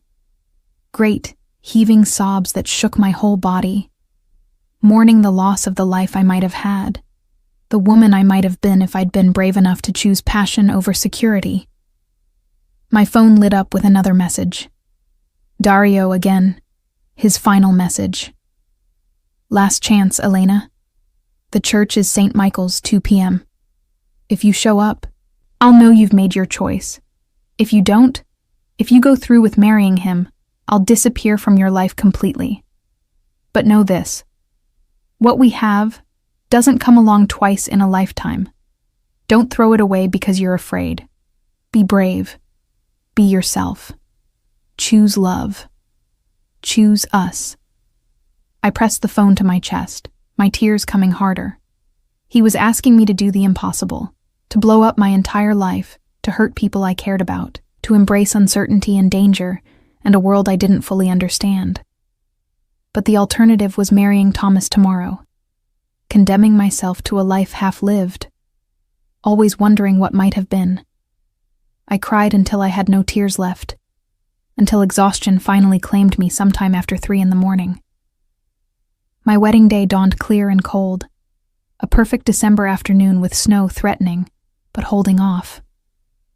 My mother came to wake me, her eyes shining with emotion as she saw me in my childhood bed one last time before I became a married woman. "I can't believe my little girl is getting married," she said, sitting on the edge of the bed. "You've grown into such a remarkable woman, Elena. I'm so proud of you." The words should have comforted me. Instead, they felt like weights, adding to the crushing pressure building in my chest. The morning passed in a blur of preparations. Hair and makeup artists transformed me into a bridal version of myself. flawless, glowing, utterly unrecognizable as the woman having a complete emotional breakdown. My bridesmaids arrived, champagne was poured, photos were taken of us getting ready. Through it all, I moved on autopilot, smiling and laughing and pretending everything was perfect, while inside I screamed. "Time to put on the dress," my mother announced at 1 o'clock. My bridesmaids helped me into it, zipping up the back, arranging the train, placing the veil on my carefully styled hair. When I looked in the mirror, I saw a beautiful bride. But I didn't see myself. "You're stunning," my sister breathed. "Thomas is going to lose his mind when he sees you." Thomas. Kind, stable Thomas, who had done nothing wrong except be exactly who he'd always been. A good man who didn't happen to be the right man for me. The car arrived to take us to the church. St. Michael's was old and beautiful, the same church where Thomas's parents had married, where his grandparents had married before them. A family tradition. I was being absorbed into their traditions, their expectations, their life. We pulled up to the side entrance where brides traditionally arrived. Through the windows, I could see the church was packed, at least 200 guests, all dressed in their finest, all waiting to witness the ceremony. The string quartet played softly. The flowers Rebecca had helped me select were arranged beautifully along the aisle and the altar. It was perfect. Picture perfect. Absolutely perfect. And completely wrong. My bridesmaids went ahead to take their positions. My father appeared in his tuxedo, offering his arm, his eyes suspiciously bright. "You ready, sweetheart?" he asked. "No," I whispered. "Daddy, I don't think I can do this." His expression shifted to concern. "Cold feet? That's natural. Not cold feet. I don't love him. Not the way I should. Not the way he deserves." My father's face went pale. "Elena, there are 200 people in that church. Thomas is standing at the altar waiting for you. You can't—" "I know," I said miserably.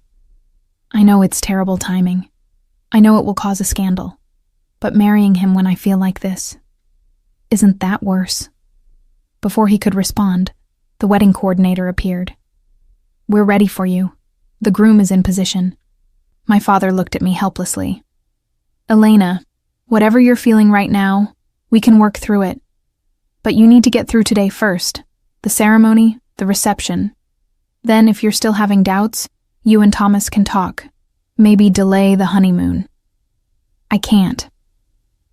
The words came out strangled. I can't walk down that aisle and promise to love him forever when I know it's a lie. "But—" The coordinator was looking between us with alarm. "Is everything okay? We're on a schedule." The music changed. The wedding march began. My father gripped my arm. "Elena, we have to go. Now. You can figure everything else out later. But right now, you have to walk." I let him guide me to the doors of the sanctuary, moving on numb legs. Through the small windows, I could see the packed church, everyone standing, turned toward the back, waiting for my entrance. I could see Thomas at the altar in his tuxedo, his face bright with happiness and anticipation, and then, just as the doors started to open, I saw something else. In the very last pew, standing alone, was Dario. He wasn't dressed for a wedding, just a dark coat over dark clothes, his hair wind-mussed, his face pale and strained. Our eyes met across the distance, and everything else fell away. He'd come. He'd actually come to the church, even knowing it might mean watching me marry someone else. The doors fully opened. The congregation stood. The music swelled. Every face turned toward me with anticipation. I took one step forward on my father's arm, then another. Each step feeling like walking through water, each breath harder to draw. Thomas's face was radiant, his eyes locked on me as I moved slowly down the aisle. His parents beamed from the front row. My mother dabbed at her eyes with a tissue. And in the back, Dario watched with an expression of such anguish that it physically hurt to see. I was halfway down the aisle when I realized I couldn't do it. Couldn't take another step. Couldn't lie to all these people, to Thomas, to myself. But the momentum carried me forward. My father's arm firm through mine. The music propelling us. The weight of expectation like a physical force pushing me toward the altar. We reached the front. Thomas took my hand, squeezing it gently, his smile full of love and trust and complete faith in our future together. The priest began, "Dearly beloved, we are gathered here today." His words washed over me, meaningless sounds as I stood frozen, staring at Thomas while my mind screamed. The ceremony proceeded, readings, prayers, a song by the soloist we'd selected. I participated mechanically, my voice barely audible when required to respond. And then the moment came. If anyone present knows of any reason why this couple should not be joined in holy matrimony, the priest intoned, speak now, or forever hold your peace. The traditional pause followed. No one ever objected at actual weddings. It was ceremonial, a formality. Except this time. I object. The voice came from the back of the church, deep and clear and absolutely certain. Every head turned. Gasps rippled through the congregation. Dario stood in the center aisle, no longer in the last pew, but halfway down, visible to everyone. His dark eyes were fixed on me, blazing with intensity. I object, he repeated, louder this time. Because Elena doesn't love him. She loves me. Chaos erupted. Thomas's mother made a sound like a wounded animal. My mother clutched her chest. The bridesmaids gasped in unison. Thomas's face went from confusion to understanding to devastation in the space of seconds. Elena? He asked, his voice breaking. What is he talking about? I looked at Thomas, kind, stable Thomas, who had done nothing to deserve this humiliation. Then I looked at Dario, standing in the middle of the church like an avenging angel, risking everything to give me one last chance at honesty. And I knew what I had to do. I'm sorry, I whispered to Thomas, pulling my hand from his. I'm so sorry. But he's right. Elna, no! My mother cried out. But I was already moving, already gathering my dress in my hands and stepping down from the altar. The church erupted in shocked exclamations, people rising from their seats, hands reaching out to stop me. I ignored them all, my eyes locked on Dario as I walked back down that aisle, each step feeling lighter than the last, as if I was shedding the weight of expectations and propriety with every movement. When I reached him, he took my hand, my left hand, still wearing Thomas's ring, and pulled me against him. Are you sure? He asked urgently, quietly, giving me one last chance to change my mind. This is going to be messy. There's no going back from this. I'm sure, I said, and I'd never meant anything more in my life. I choose you. I choose us. His smile was brilliant, transforming his face. Then let's get out of here. We ran down the rest of the aisle hand in hand, my wedding dress flying behind me, my veil coming loose. Behind us, the church erupted in absolute pandemonium. My mother wailing, Thomas's mother shouting, people calling my name, demanding explanation. But I didn't look back.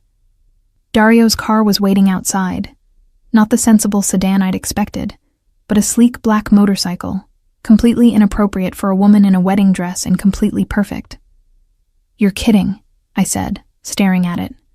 I came prepared for a dramatic exit. His eyes gleamed with mischief and joy. Hold on tight. He swung onto the motorcycle, then pulled me on behind him. I gathered the ridiculous volume of my dress as best I could, wrapping my arms around his waist and pressing against his back. Where are we going? I shouted as the engine roared to life. Away from here, Anywhere you want." He turned his head slightly, his profile sharp against the winter sky. "Together." As we pulled away from the curb, I caught a glimpse of the church doors bursting open, people streaming out, Thomas standing frozen on the steps, his face a mask of shock and hurt. Guilt stabbed through me. I'd handled this terribly, hurt people who didn't deserve it, caused a scandal that would echo for years. There would be consequences, recriminations, bridges burned. But as we accelerated down the street, the cold wind whipping my veil away completely, the city blurring around us, I felt something I hadn't felt in 5 years. I felt free. We didn't stop until we were miles from the church, pulling into a secluded overlook that faced the lake. Dario killed the engine, and in the sudden silence, I could hear my heart pounding, the reality of what I'd just done crashing over me. "Oh my God," I breathed. I just left my own wedding. I just humiliated Thomas in front of everyone, his family, my family, all those people. "Hey." Dario turned on the bike, taking my face in his hands. "Breathe. Just breathe." "What did I do? What did I just do?" "You chose yourself," he said firmly. "You chose honesty over convenience. You chose love over security. You were incredibly brave. I feel like a monster." "You feel like someone who made an impossible choice," he corrected. "Yes, people are hurt. Yes, this is messy. But would marrying him have been better? Living a lie for the rest of your life?" I thought about it, about what my life would have been. Waking up beside Thomas every day, always pretending, always performing, slowly dying inside while maintaining the perfect facade. Never feeling truly seen, truly known, truly alive. "No," I admitted. "It would have been worse." "Then you did the right thing. The hard thing, but the right thing."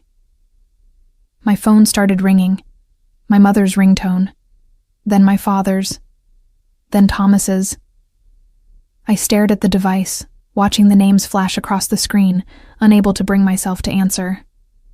"You don't have to talk to them yet," Dario said gently. "Not until you're ready." I turned off the phone and looked at him. This man who had turned my life upside down, who had refused to let me settle for less than I deserved, who had been brave enough to stand up in a church full of people and declare the truth. "Now what?" I asked. "I have no job. Rebecca will probably fire me after this scandal. I have no home. I certainly can't go back to the apartment I share with Thomas. My family is probably disowning me as we speak. I'm standing here in a wedding dress that I'll never need, and I don't know what to do next." Dario's smile was soft, understanding. "Now you come home with me. We figure out the rest as we go. Together." "Together," I repeated, testing the word. It felt right, felt true in a way that my engagement never had. He kissed me then, soft and sweet and full of promise. When we pulled apart, he rested his forehead against mine. "I love you, Elena. I've loved you for 5 years. I'll love you for the rest of my life." "I love you too," I whispered. The words I should have said that summer. The words I'd been too scared to acknowledge until now. I'm still scared. Your world. What you do. We'll navigate it together, he promised. I told you, things are changing. I'm changing. And with you beside me, I can be the man you deserve. As the winter sun set over the lake, painting the sky in shades of pink and gold, I stood in my wedding dress in the arms of the man I loved and felt, for the first time in 5 years, that everything was going to be okay. The road ahead wouldn't be easy. There would be consequences, angry phone calls, broken relationships, social exile from the world I'd briefly belonged to. My business partnership with Rebecca might not survive. My parents might not forgive me. Thomas certainly wouldn't. But as Dario helped me back onto the motorcycle and we rode toward his estate, toward our future. I knew I'd made the right choice. Not the easy choice, not the safe choice, but the true choice. The choice that made me fully, completely, dangerously alive. The Castellano estate looked different in summer. Gardens I'd only seen in winter bloom now exploded with color. Roses climbing the loggia, lavender lining the paths. I stood on the terrace, watching the late afternoon sun paint the lake in gold, and marveled at how much had changed in half a year. Dario emerged from the house, 2 glasses of wine in hand. He'd shed his suit jacket and tie, his sleeves rolled up, his hair slightly mussed from running his fingers through it while he worked. "Your parents just called," he said, handing me a glass. "They want to come for dinner next week." I took the wine, pleasure and relief washing through me. "They called you directly?" "First time." His smile was wry. "Your mother was very polite, almost friendly." My relationship with my parents had been strained since the wedding disaster. They'd been hurt, angry, mortified by the scandal I'd caused. But slowly, over months of patient conversation and demonstrated commitment to Dario, they'd begun to soften. This invitation was a breakthrough. "Thomas got married," I said, sharing the news I'd learned from Claire, his sister, who'd surprisingly stayed in touch. "Last weekend, small ceremony, family only." Dario's hand found mine. "How do you feel about that?" "Happy for him," I said honestly. "He deserves someone who loves him completely, without reservation. Someone who doesn't have to force it." "Any regrets?" I thought about it, about the life I might have had, the safe path I'd nearly taken. "None. This is where I'm supposed to be. With you." He pulled me against him, his arms warm and solid around me. "Rebecca called too. She wants to meet about a new project." My former business partner had been furious after the wedding incident, and our partnership had ended in a flurry of lawyers and buyout negotiations. But time had apparently healed some wounds. She'd reached out tentatively last month, and we'd had coffee. Awkward at first, then gradually warming to something that might eventually become friendship again. "She's offering to work together?" "Seems like it. She's building a new team, wants your expertise on a historic renovation." "I'll call her tomorrow," I decided. We stood together in comfortable silence, watching the sun sink lower. Inside the house, our house now, I could hear staff preparing dinner. This life still felt surreal sometimes, the wealth and the staff and the responsibilities that came with being Dario's partner. But I was learning, adapting, finding my place in his world while staying true to myself. "I have something for you," Dario said suddenly. He withdrew a small velvet box from his pocket. My breath caught. "Dario, before you panic, it's not what you think. Not yet, anyway." He opened the box to reveal a delicate ring, a simple band of platinum with a single emerald, my birthstone. "I know you're not ready for marriage, not after what you just escaped. But I wanted you to have something that shows my commitment, my promise that I'm in this for the long haul." Tears pricked my eyes as he slipped it on my right hand. "It's perfect." "When you're ready, whenever that is, I'll ask properly. With the ring you deserve, the proposal you deserve. But for now, I just want you to know that you're it for me, Elena. You're my choice every single day." I rose on my toes to kiss him, pouring everything I felt into the contact. When we pulled apart, both of us breathless, I saw my entire future in his eyes. "I choose you too," I whispered. "Every single day." As the sun set on the most beautiful house I'd ever restored, in the arms of the man who'd fought for me when I was too scared to fight for myself, I felt something I'd never thought possible after the disaster of that December afternoon. I felt joy. Pure, uncomplicated, thoroughly alive joy. The scandal had faded. My relationships were healing. My career was rebuilding. and I had found something I'd thought I'd lost forever. Myself. The real Elena, fierce and passionate and unafraid. The woman who'd been brave enough to say no at the altar and yes to real love. The woman who'd finally come home.